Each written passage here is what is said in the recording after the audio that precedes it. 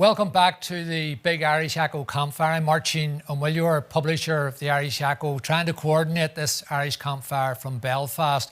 I want to thank the Irish community of Buffalo, the Untitled in New York for the great work they did during the pandemic, and also our dear friends in Portland, Maine. The most beautiful Irish centre in all of America is the former St. Dominic's Church in Portland, Maine. Go and see it for yourself. I want to thank two sponsors just before we move to the next session. I want to thank the Ancient Order of Hibernians, who are wonderful supporters of the Irish Echo, for their sponsorship of the campfire, and also the Friends of St. Patrick in Hawaii. I mention those because we have two speakers now, one from Hawaii, and we have the immediate past president of the AOH with us. So this is where the rubber hits the road, because we're actually going to go live. We're going to go to New York, San Antonio, Texas, San Francisco, California, Big Island, Hawaii, New Orleans. And of course, I'm going to hand over now to Eileen Scully, the founder of the Rising Tides consultancy agency, who empowers women in the workplace. Eileen, great to see you this morning. I'm handing over to you. Take it away. Thank you, Martine. Good morning, everybody. Welcome to my living room. Isn't this crazy? Who would have thought that I would have welcomed the world into my living room a few months ago? I am so honored to chair this next session. We are going to talk about Irish American communities, organizations, and how we are truly in this together. The earlier panel referenced one of my favorite proverbs, that we live in the shelter of each other. Our memberships on this panel alone represent close to 50,000 Irish Americans, all of whom are committed to preserving and promoting our Irish culture. We're going to talk today about the actions and the impact that each of our groups have made during this madness. As typical for the Irish, when a crisis hits, we mobilize. We help those among us who are the most in need, and this COVID-19 crisis is no different. We've seen the best of us emerge, and we've been able to powerfully impact our communities and our members. With that, I'm going to start by asking each of our panelists to introduce yourselves to the audience by citing one measurable impact that your organization has made since March, either for your members or within your communities. And how did you determine what or who would be the focus? Brett, let's start with you, since you're the farthest, calling in from Hawaii today, and thank you for getting up so crazy early. Well, thank you, and aloha kako, as we say in Hawaii, which means all of us together. So our group, Friends of St. Patrick, actually predates statehood for Hawaii. So it's been around since 1955.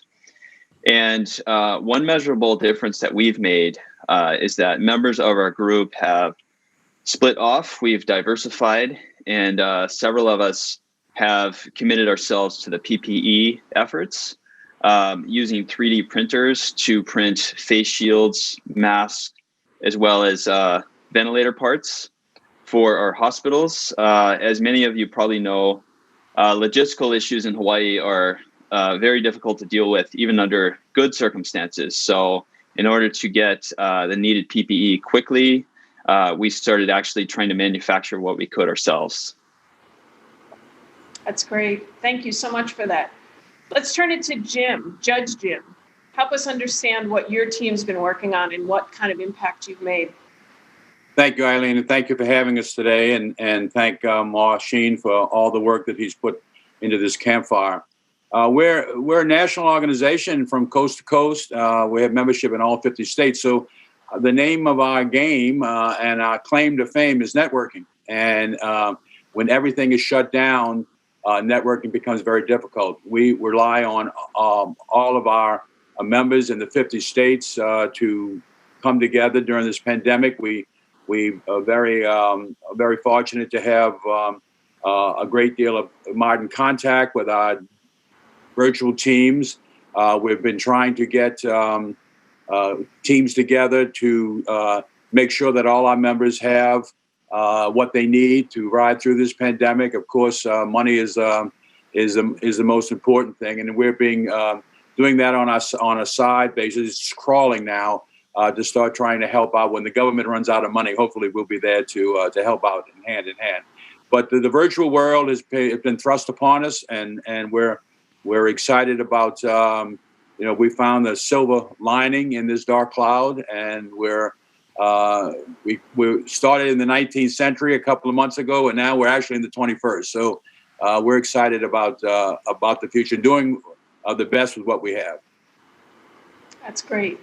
Thank you, Jim. Joan, do you want to take a stab at this?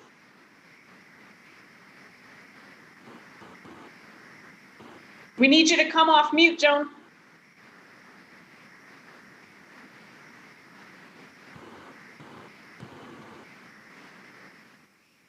Okay, let's go to Larry, and then we'll help Joan with the technical issues.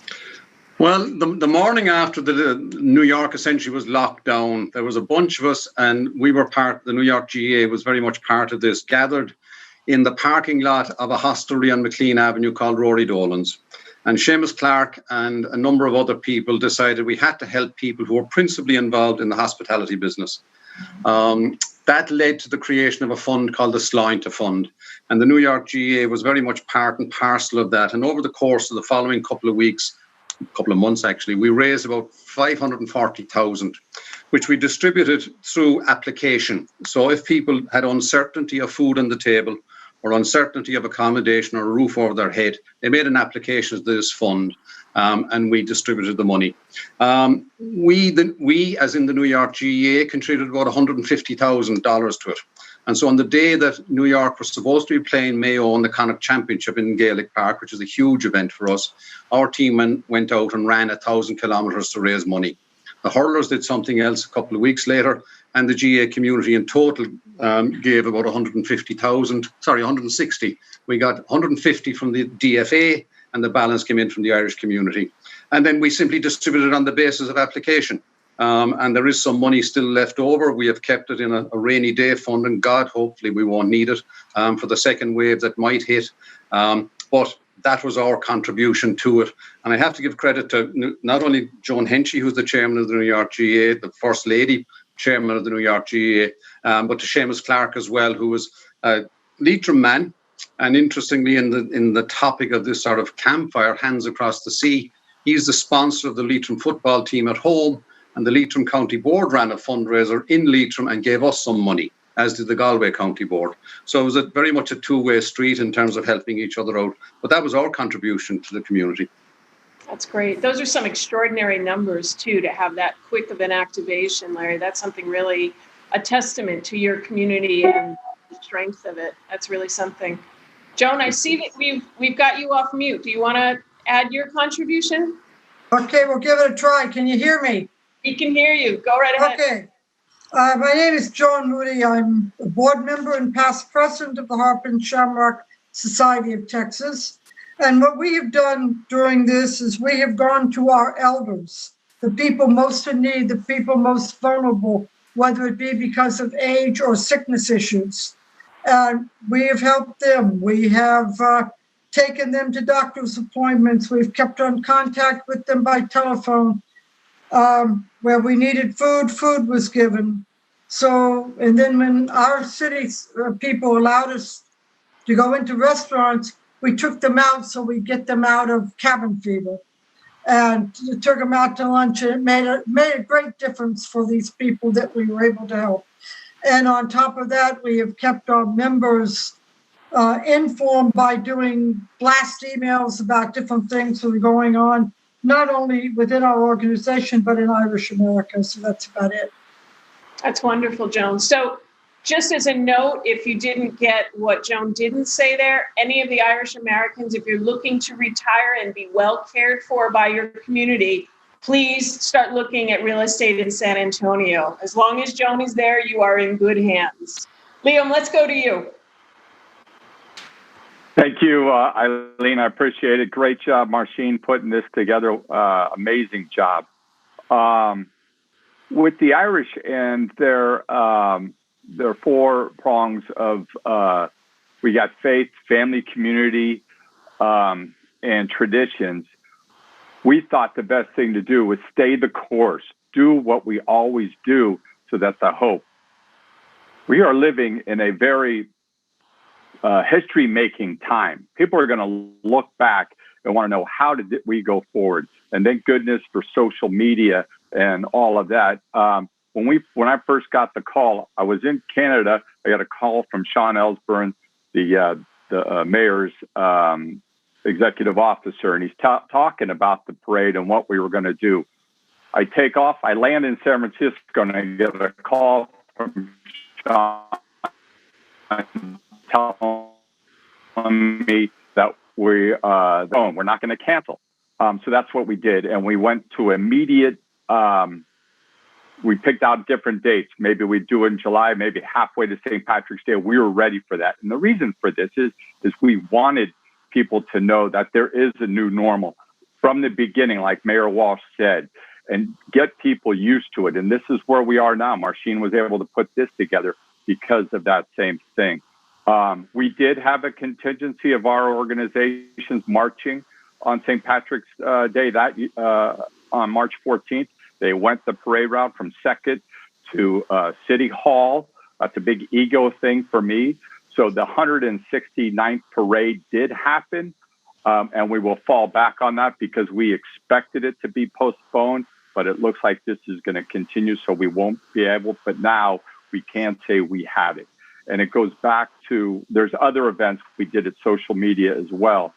And that's my thing. We reached out. We continue to reach out to let people know that I think, like what was said, we were going from the 2019 century into 2021.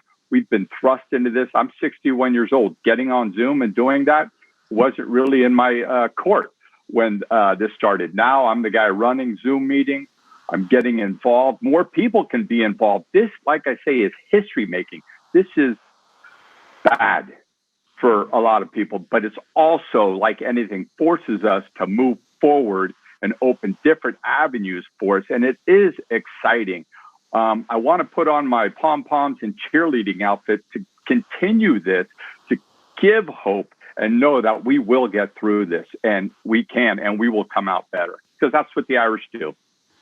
That's really powerful, Liam. And I think there's so much to be learned from that. And I think what we're seeing in our personal lives and in our work lives is exactly what you said, that there are leaders that are emerging that may not have been predicted 6 months ago. So the people that are stepping up and solving creatively the problems that we're now faced with are not the people that we would have necessarily thought would be leading our organizations through this massive disruptive change. One of the things that I'd love to talk about, since each of us represents an Irish American organization, is how are you keeping the momentum with your memberships as we are now unable to come together in the physical spaces that we were accustomed to prior to this? How are you keeping your members engaged? What have you changed in your programming? And what's really landing versus what's an experiment for you? Let's start with you, Larry. Well, I'm very happy to tell you, Eileen, that arguably we've changed nothing, because we're back in Gaelic Park since the 7th of August playing games. And we're a games playing organisation, as you know. We were initially going to start games in the last week in August, and the city hadn't quite moved the last step. So we pushed it back until the 7th of August. And we've been going gung-ho for the last 3 weeks, and touch wood, we haven't had a case, we haven't had an incident. The clubs that have been coming in have been absolutely brilliant. We wash down everything, we clean everything, we make sure, and actually things are happening for once on time in Gaelic Park, which is phenomenal. It has never happened before. So we're back in business, and it's a tremendous relief to the Irish community, to everybody in the Irish community, I think, around New York, and we're happy to be back playing games. And no more than at home, I think, if the GA manages to get an inter-county championship up and running, the country will be in a better place. So, yeah, we did all the Zoom meetings that Liam and Jim spoke about prior to it, but we're back in action, thanks be to God. That's wonderful. I hope that continues for you and your fans. Hopefully it will. Yeah. Brett, go ahead. Why don't you talk us through how you're keeping your members engaged? Sure. So I guess it started back on St. Patrick's Day, where at that time in Hawaii, gatherings were already banned. So for the St. Patrick's Day parade, we had a few of our members still take the tricolors and march them down the main street here in Waikiki. So in addition to that, we've done several things that have brought our Irish community together in Hawaii. One is that we have Hawaii Irish dance groups on each of the islands. And through Zoom, and because of the COVID pandemic, this is the first time that the groups have actually practiced and learned together. And so the pandemic has actually brought these groups on the different islands together. In addition to that, one thing we've done is we've actually made hand sanitizer using some of the old traditional Irish ways of making whiskey in a single pot. Instead, we've used sugar and yeast and made alcohol that we could then mix with glycerol and aloe to provide hand sanitizer. So whoever would have thought that we would have used traditional Irish whiskey making techniques as something that could save lives and sanitize. It's wonderful. Irish ingenuity at its best, right? Yeah. Great. Joan, how about you? You want to talk about how you've been staying in touch with your members and the people that you serve in your community? We were very fortunate that the State of Texas Land Commission allowed us to lay our annual wreath at the Alamo on St. Patrick's Day. They would only allow 3 people, but they allowed me in there so I could take the pictures to prove it, which I have. And other than that, everything like all over the country was canceled. However, we were fortunate in June to have our election party, social distancing, but most everything has been done on Zoom, virtual. And we're getting ready for a virtual party the middle of next month. And then what we have already scheduled for November and December is still up in the air. But we're keeping everybody together, informed either by phone or by email and by post, the snail mail as we call it. And everyone's happy, so you can't complain. That's great, Joan. Thank you. Liam, do you want to talk a little bit about your group out in San Francisco and what you're doing to keep everyone together? It sounds like you're ahead of a little bit of it, but go ahead and tell us what you're planning. Yeah, I could take the accolades, but it's because of the strong board I belong to. And that's what we're doing. We're planning to have our regular St. Patrick's Day parade next year on March 13th, outdoors, marching up Market Street to City Hall. That's what we plan on. But we also are looking at other avenues, talking about having a virtual parade. The different organizations, they would video themselves, like the Irish dancers or the bagpipers, and they would video themselves maybe as part of Market Street or they're in front of their dance school, but something, and then send that out, get the professional to put it together, make it pretty, and then we can have that go on March 13th. And then there's the other events that we also do. We did since St. Patrick's Day. We celebrate Father Peter York, who we memorialize by going out to the cemetery and at his gravesite, and we talk about what he did. He was a huge labor leader. Generally, we get a couple of hundred people out there. This time we did it on social media, so there was 4 of us. The same thing with Kate Kennedy. We celebrated her. She was a teacher in California who got equal rights, an Irish woman who got equal rights for women teachers. And not only that, she carried it further. She's the one that got tenure for all teachers in California. So the next one we have is Robert Emmett, who we're celebrating and will be out in Golden Gate Park at his statue on September 20th. This is what we're doing. I've been talking to people. We're talking about turning this St. Patrick's Day celebration season and going a full week and like 2 events a day. Maybe we start on the Sunday before with a mass said by our priest, and then having a virtual tea after the mass on a Zoom, so people would get their boxes pre-delivered. We would be making it together. And then other meals, because we've seen other people. And that's all we're doing. I'm not trying to reinvent anything. I'm looking for the Italian Heritage Parade to come up in October in San Francisco. I'm going to be watching what they're doing. I'm talking to them. I'm going to reach out to the other parades. Again, this is exciting times. I can't come up with the answer. I got a strong board, but I'm going outside the city. I'm going outside. The Chinese parade is in February, and I'll be looking to see what they do and learn from them. That's where we go forward.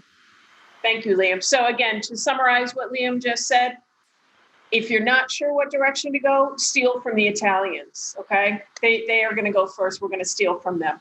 But honestly, it's observing and learning as we go. And I think as participants in these different virtual events, we have to extend grace and generosity to the people that are planning and structuring and trying to gather all of us together, because nobody's an expert in this. Nobody knows exactly how this all works, and there's always going to be a glitch or a challenge. And as long as we can be patient and extend that grace, I think we will all be better for it. Jim, do you want to give us some words on your momentum? Because your organization I do. I agree with Liam. There are some exciting times coming forward, and we're going to make an even better Hibernians than we had in the past.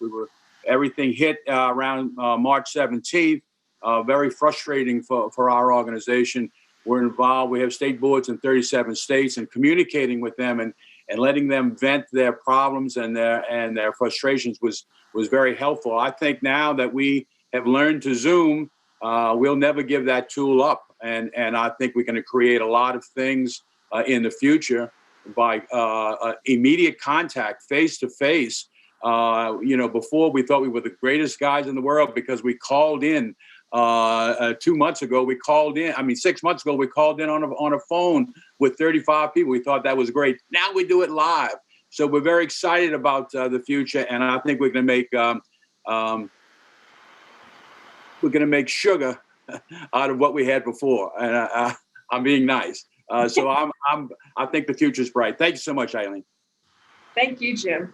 So this was wonderful. I hope everybody that's listening today learned something from our group. With the 2 minutes we have left, Brett, I think I'd love to hear your history of the Hawaiians and the Irish during the flu pandemic. If you can do it in 9. Yeah, absolutely.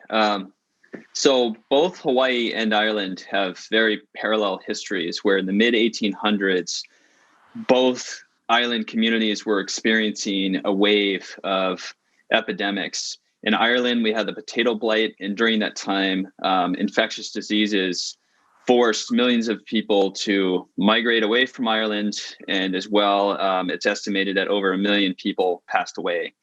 So in Hawaii, you had the waves of European diseases come to the islands, and between 1840 and 1920, Hawaii lost almost 1 million people. So the native Hawaiian population dropped from being over 1 million to just 24,000.